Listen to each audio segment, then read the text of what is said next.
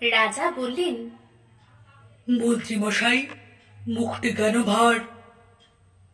মন্ত্রী বলেন, দুধ তেরিকা, ভাল লাগে না আর। রাজা বলেন, সে কি মশাই, বেতন কি দি কম?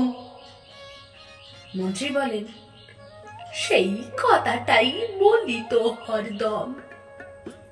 রাজা বলেন, এ মাস থেকে 100 দেব আরো। মন্ত্রী বলেন, আমি কি তাই চেয়েছি একবারও? রাজা বলেন, হ্যাঁ চাননি, কিন্তু ইচ্ছে 16 আনা।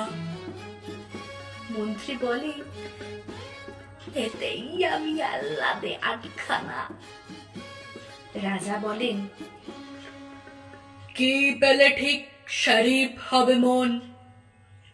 মন্ত্রী বলেন, একে যদি পাই আপনার সোনার সিংহাসন।